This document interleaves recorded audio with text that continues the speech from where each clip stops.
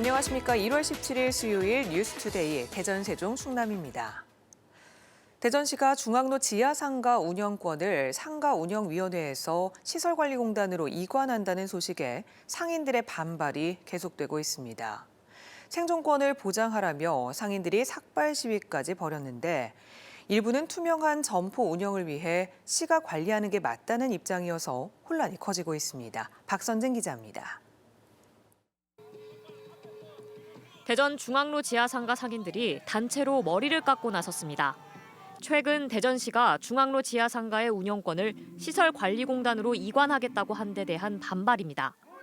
상인들은 생존권이 걸린 문제라며 시의 일방적인 통보에 분노했습니다.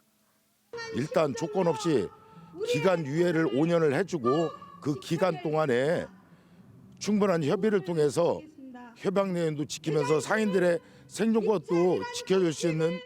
하지만 반대 목소리도 있습니다. 엄연한 불법이지만 중앙로 지하상가에서 그동안 높은 권리금과 월세를 요구하는 점포 재임대가 이루어져 온 만큼 대전시의 투명한 관리를 원하는 겁니다. 일부 기득권을 가지고 있는 사람들이 계속 점유하고 저도 거기서 10년 넘게 장사를 했는데 어쨌든 공공 어떤 시설을 대전 시민인 나한테도 기회가 줘야 되지 않겠느냐.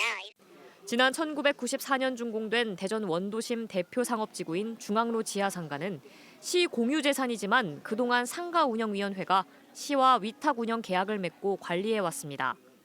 하지만 오는 7월부터는 600여 개 점포에 대한 운영권을 시설관리공단이 갖습니다. 무상사용 20년과 유상사용 10년 등 30년의 계약이 만료됐기 때문입니다. 시는 점포별 공개 입찰을 통해 불법 전대와 억대 권리금 등 비정상적인 운영을 막고 상가를 투명하게 관리하기 위한 것이라며 기간 연장은 없다는 입장을 재확인했습니다. 공유재산 물품관리법에 명확히 적용을 받기 때문에 저희가 상인들 해주고 싶어도 법적으로 안 되는 거예요. 또 지하상가는 도로 아래 구조물로 공유재산 중 행정재산에 해당해 점포에 대한 권리 자체가 인정되지 않는다며 3자 계약으로 권리금을 지불한 상인에 대한 보상 등은 고려 대상이 아니라고 덧붙였습니다.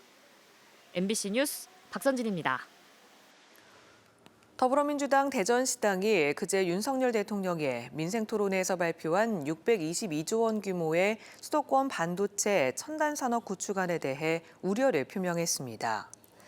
이들은 윤 대통령 발언대로 경기 남부에 622조 원을 투자해 300만 개 일자리를 만드는 계획이 추진되면 반도체 관련 산업의 수도권 쏠림이 심해져 대전시가 추진 중인 나노 반도체 국가산업단지는 차질이 불가피할 것이라고 강조했습니다.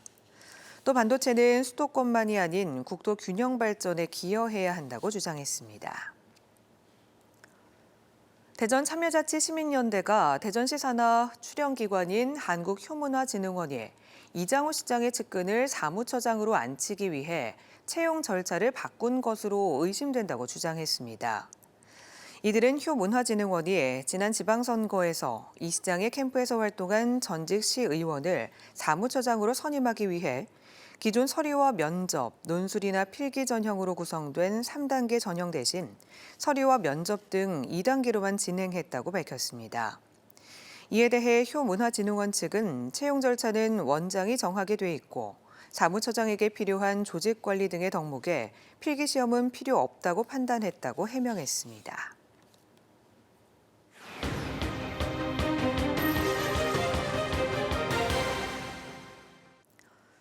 공주의 한 빌라에 사는 주민들이 집에 균열이 생기고 점점 기울고 있다며 MBC에 제보를 해주셨습니다. 주민들은 공주시가 빌라 아래에 있는 옹벽을 보강하는 공사를 한 뒤로 하자가 생겼다고 주장하는데요. 시는 공사와 관련이 없다는 입장입니다. 김성국 기자가 취재했습니다. 4층 건물 2동에 16가구가 사는 공주의 한 빌라. 건물 외벽에는 길게 금이가 있고 틈으로 물이 뚝뚝 떨어집니다. 집 안에도 커다란 균열이 생겼고 바닥은 3도가량 기울어 물병이 저절로 굴러갈 정도입니다. 창문을 열어도 이렇게 문이 저절로 닫힐 정도로 집이 기울어졌습니다. 주민들은 공주시가 석 달 전부터 빌라 아래에 있는 옹벽 보강 공사를 시작한 뒤 집에 하자가 나타났다고 주장합니다. 공사하는 동안에 갈라지고 잠잘 때는 계속 뒤로 넘어가고 아, 왜 이러지? 근데 그게 너무 무서워서 여기서 잠을 못 자요. 공사가 진행될수록 하자가 심해져 이제는 안전을 심각하게 걱정해야 하는 처지입니다. 지금 건물 붕괴에 대한 우려가 제일 큰 거죠. 생명에 그런 문제가 걸린 거니까 좀 특단의 대책을 세워주셨으면. 실제로 공주시의 안전진단 결과 공사가 시작된 뒤 건물의 외벽 일부에서 안전기준치의 10배에 가까운 균열이 생긴 것으로 확인됐습니다. 하지만 공주시는 일부 균열을 제외하면 지어진 지 30년 가까이 된 빌라가 노후에 생긴 하자라 공사와는 관련이 없다는 입장입니다.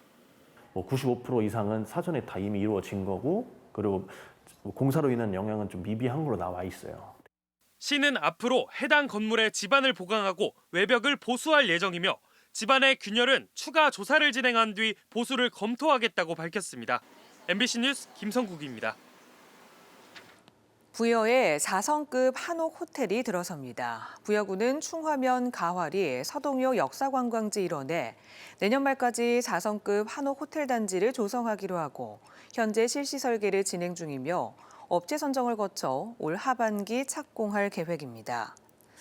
한옥 호텔 단지에는 덕용저수지, 서동요 테마파크, 출렁다리 등 기존 관광자원과 연계한 한옥 호텔 36채, 다목적실, 레스토랑 등이 들어설 예정입니다. 천안시가 올해 기초 주거급여 수급자 선정 기준을 기존 기준 중위소득 47%에서 48%로 확대합니다.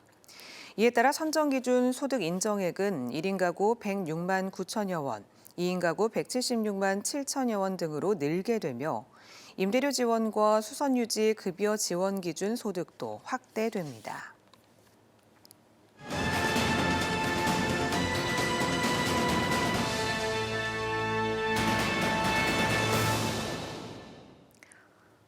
(4월 10일) 총선을 앞두고 마련한 기획보도 토파보기 순서입니다.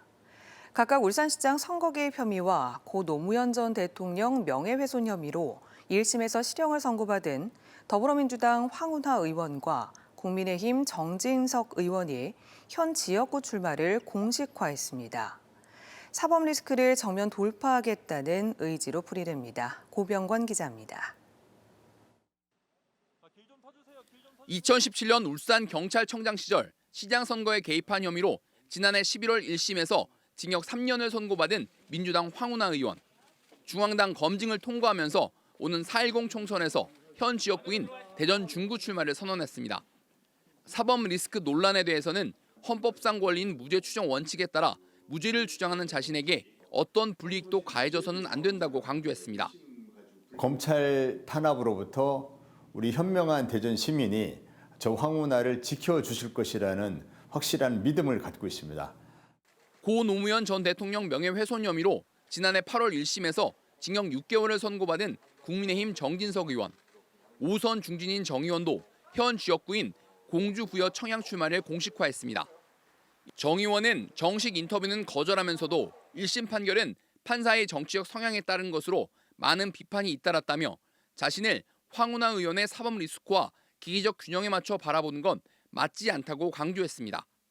재판은 재판대로 성실하게 임하면서 동시에 출마 준비도 잘 하겠다며 확고한 의지를 밝혔습니다. 1심에서 실형을 받은 두 현역 의원이 정면 돌파를 선언하면서 충청 지역 전체 선거 판세에도 영향을 줄 것으로 보입니다. 하지만 각 소속 정당과 유권자들이 의원 사법 리스크에 관해 어떤 결론을 내릴지는 계속 두고 볼 일입니다. MBC 뉴스 고병관입니다.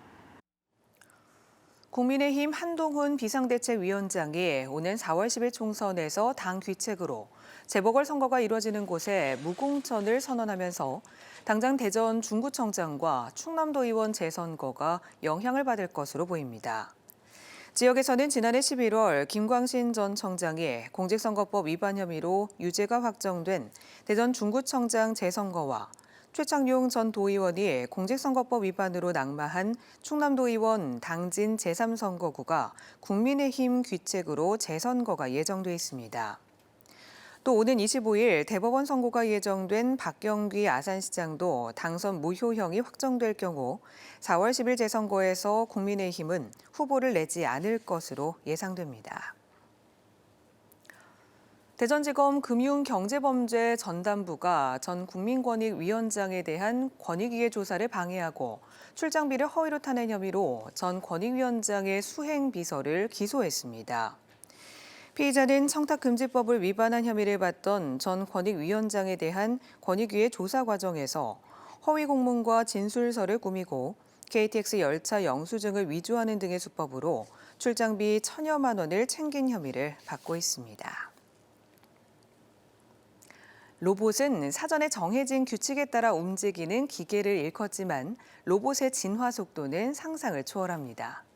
이번에는 국내 연구진이 사람의 말귀를 알아듣고 스스로 움직이는 로봇을 개발했습니다. 이승섭 기자입니다. 연구원이 로봇에게 육성으로 작업을 지시합니다.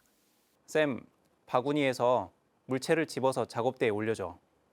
로봇은 사람의 지시대로 부품을 들어 올려 지정된 자리에 둡니다.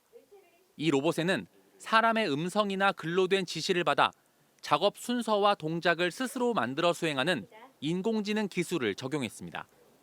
마치 AI 챗봇처럼 대규모 언어 모델을 기반으로 사전에 지정된 명령어가 아닌 일상에서 쓰는 말로 누구나 로봇에 지시할 수 있습니다.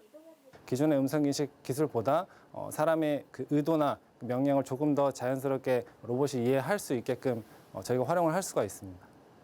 가상환경 기술을 기반으로 로봇이 작업 환경을 스스로 인식해 도구를 사용하거나 장애물을 피해 움직일 수도 있습니다. 이 기술은 기존에 만들어진 로봇이나 제조 공정에도 손쉽게 적용할 수 있어 대기업뿐만 아니라 중소기업에도 널리 쓰일 수 있습니다.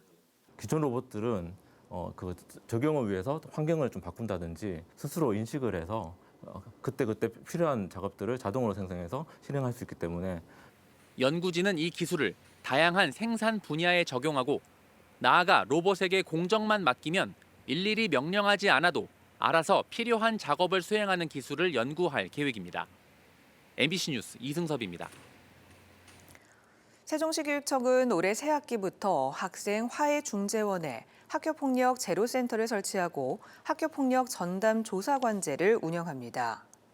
학교폭력 전담 조사관은 학교폭력 업무나 생활지도, 조사 경력이 있는 퇴직교원이나 퇴직경찰, 상담 전문가로 위촉해 학교폭력 사안을 조사하게 됩니다. 이는 교육부의 학교폭력 처리제도 개선안에 따라 교원은 수업과 생활지도에 집중하고 학교는 피해 학생 보호와 가해 학생과의 관계 개선 등 교육적 역할에 집중할 수 있도록 하기 위한 것입니다.